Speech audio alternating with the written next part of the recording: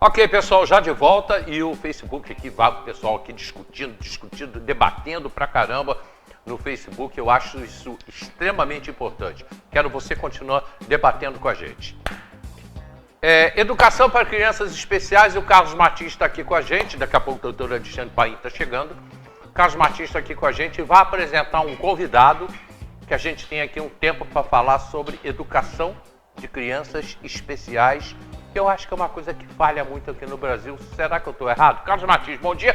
Apresenta o nosso amigo, teu convidado. Bom dia, Hélio. Bom dia, amigos. Mais uma vez estamos aqui, é um prazer enorme. E hoje eu estou muito bem acompanhado. Vocês sabem que eu só ando bem acompanhado, graças a Deus, né, Hélio? E o professor Mauro Rosa é uma preciosidade que Deus colocou no nosso caminho, tem nos orientado muito na questão da educação, porque como eu digo, né, nós somos generalistas, né, Hélio? Gestor público, ele aprende o básico. Então a gente precisa buscar pessoas que vão nos ajudar e vão nos auxiliar. O professor Mauro Rosa, vou apresentá-lo, ele é professor da UFRJ, um dos coordenadores, o coordenador da Comissão de Educação da LERJ, mestre e doutor em literatura, e também ele é advogado, ele é administrador e jornalista. É uma pessoa aí de notório saber da área da educação. Seja bem-vindo, professor. Obrigado, uma honra, um prazer, viu, Hélio? Estar aqui no seu programa. Muito obrigado por você estar hoje em Teresópolis. Eu que agradeço. Sobretudo para falarmos desse tema tão importante para o Brasil, para as famílias de crianças especiais, não é? É um tema muito polêmico, porque já há muitos anos tem sido vendida para as famílias. Me dá só um instantinho, Mauro, que estão me perguntando aqui, me cobraram isso ontem, e o doutor Alexandre Paim já chegou, daqui a pouco ele vai responder para a gente sobre esse assunto. O que vai acontecer sobre a festa lá no alto, foi ou não proibida? É uma das perguntas que a gente vai ter hoje para debater com o doutor Alexandre Paim. Daqui a pouquinho ele vai falar isso com a gente. Pois não, Mauro? Foi vendida para as famílias de crianças especiais já há muitos anos a ideia de uma falsa inclusão. As políticas de inclusão afirmam que as crianças especiais precisam estar incluídas em todas as escolas convencionais. O que acontece, Hélio? O nosso corpo docente não é preparado para enfrentar a realidade do dia a dia da educação especial. Isso eu sugiro que os pais, sobretudo, pesquisem na internet as matrizes curriculares, por exemplo, de um curso de letras, ou de um curso de história, ou de matemática, para verem se existe lá alguma disciplina sobre educação especial. E se existir, que olhem as ementas. Se houver, verão que as ementas são meramente teóricas. Não existe um preparo para a prática docente. Então, o que acontece? O professor convencional está ali numa escola tradicional e recebe, por exemplo, um menino autista, um menino com síndrome de Down, um menino com paralisia cerebral. Ele não sabe o que fazer, ele não sabe como lidar, ele não está preparado para isso. E não tem um apoio institucional escolar. A escola brasileira pública não tem infraestrutura para isso. O que o professor fará então? Ele, por vocação, ele se empenhará e usará a sua intuição para fazer algo, para alcançar algum resultado. Mas, normalmente, a comunidade acadêmica, a comunidade escolar não é preparada para esse acolhimento, e aí começa, além da frustração do professor, da sensação de incapacidade dele, começa ali entre os próprios coleguinhas o chamado bullying. Existem, Hélio, se você investigar, a maioria dos abusos, dos espancamentos, das situações constrangedoras que ocorrem na vida das crianças especiais, elas acontecem dentro da escola. Então nós precisamos rever essa política e reformar a nossa estrutura. Aqui, por exemplo, em Teresópolis, existem inúmeros relatos de escolas sem mediador. Então você imagina, essa estrutura, ela pressupõe que, já que o professor não está preparado e a estrutura dele não oferece condições, ele precisa de uma mediação. Aí o sistema contrata o mediador. Esse mediador ganha um salário mínimo. Me diga se você acredita se é possível contratar alguém altamente especializado em qualquer coisa por um salário mínimo. Não é? Então, essa mediação não será madura, não será profissional e o sistema não acolherá bem nem o aluno especial e nem o aluno comum. Entende? E aí, o que fazer? Você tem que mudar todo o sistema. Nós precisamos de um emaranhado de ações paralelas. A primeira é discutir isso, conforme você está fazendo aqui, para a sociedade saber o que acontece. A partir do momento em que a sociedade souber o que acontece, ela começará a pautar a política. Ela começará a fazer a pressão necessária na Câmara dos Vereadores, na Assembleia Legislativa, na Câmara dos Deputados, e começará a se organizar para a praça pública, para as discussões, para cobrar no perfil do político, do secretário de Educação, né? Então, o que é preciso fazer? Uma das iniciativas, criar cursos de pós-graduação, lato sensu ou mestrado profissionalizante em educação especial. Professor, para encarar a educação especial, ele tem que ter primeiro vontade. Ele só terá vontade se ele tiver vocação para isso. Se ele tiver vontade, vocação, mas não tiver a formação, ele não fará bem. Então ele tem que ter as três coisas: vontade, formação e vocação. Não é? Além disso, você precisa ter infraestrutura. Como é que você acolhe um aluno cego se você não tem uma biblioteca Braille? Pergunte se na Secretaria Municipal de Teresópolis hoje, Carlos, se existe lá uma impressora Braille sequer. Provavelmente não. Se existe uma biblioteca com livros didáticos infantis, com livros de fundamental em Braille. Aliás, eu acho que isso não existe no país inteiro. Existem cidade algumas tenha. Iniciativas de origem privada na cidade de São Paulo que vem ganhando algum corpo.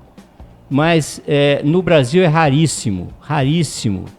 Olha, eu fui presidente substituto da Fundação Casa de Rui Barbosa durante um período, e lá nós iniciamos a formação de uma biblioteca Braille para difundir a obra de Rui Barbosa, uma parte dela, para o Braille.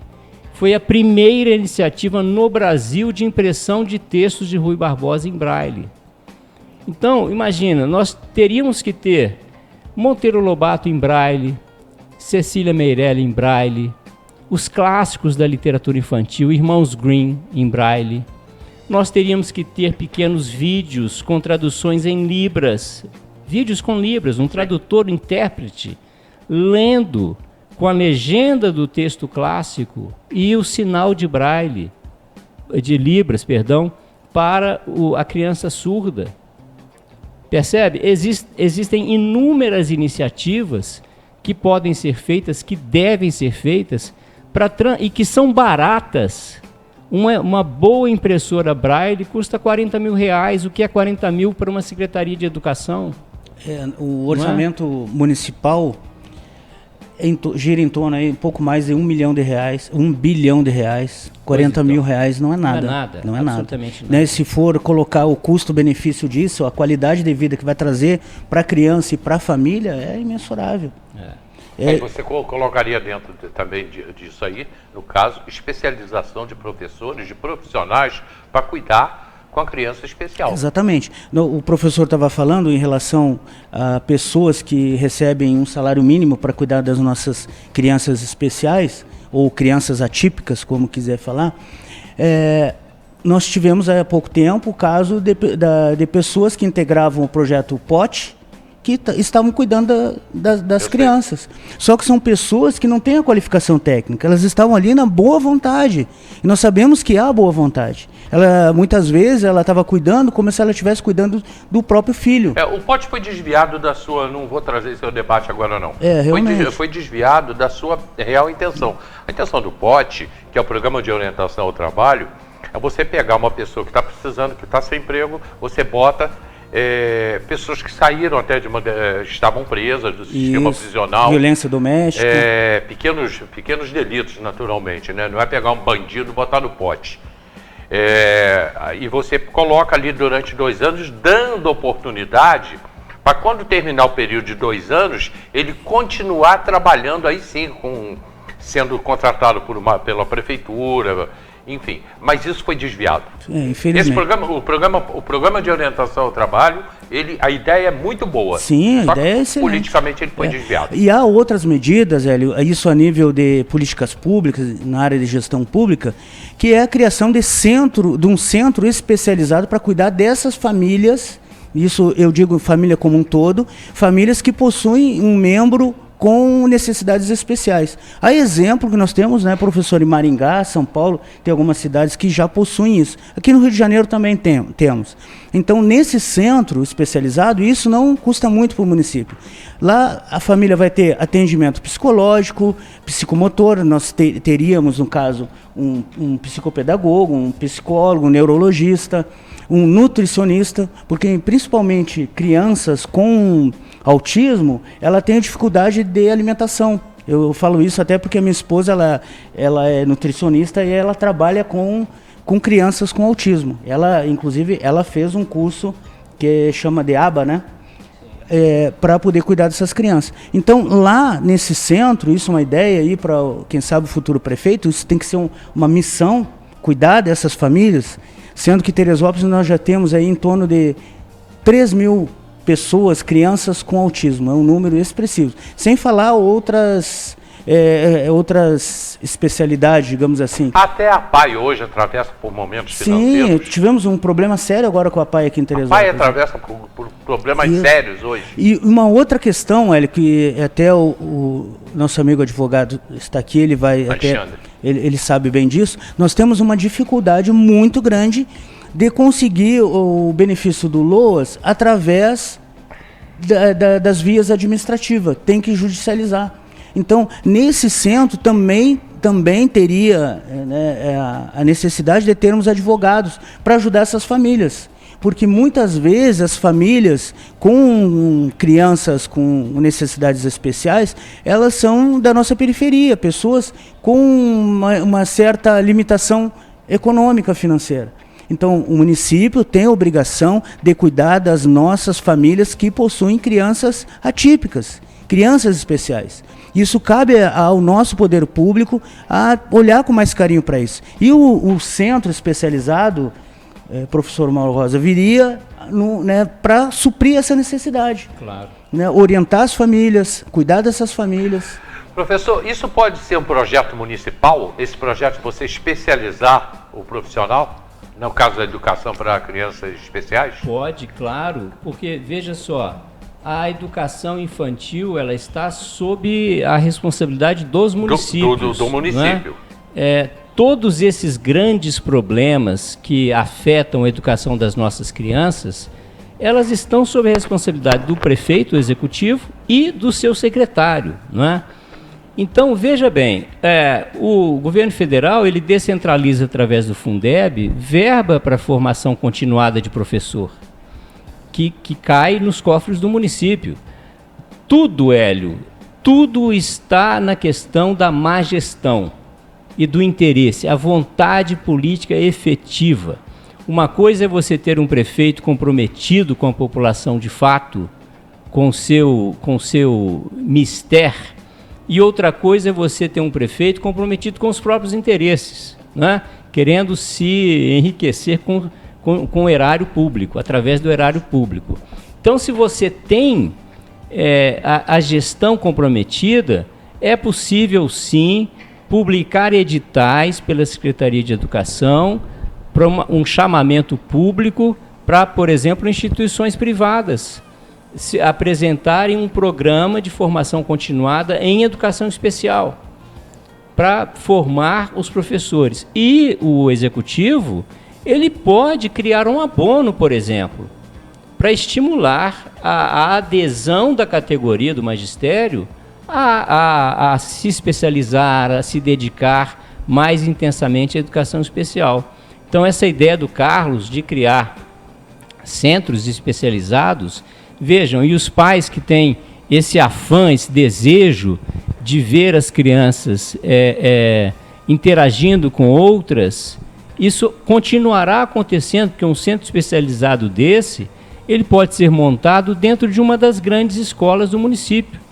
Então, se o prefeito escolhe uma grande escola por região e dentro dela cria esse centro especializado com esses profissionais, com essas especialidades todas, a criança será acolhida por pessoas competentes, preparadas e vocacionadas, e ela terá inúmeros momentos de integração e de interação com as demais crianças. Perfeito.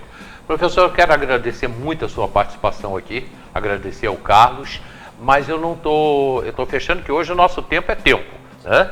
O tempo é tempo.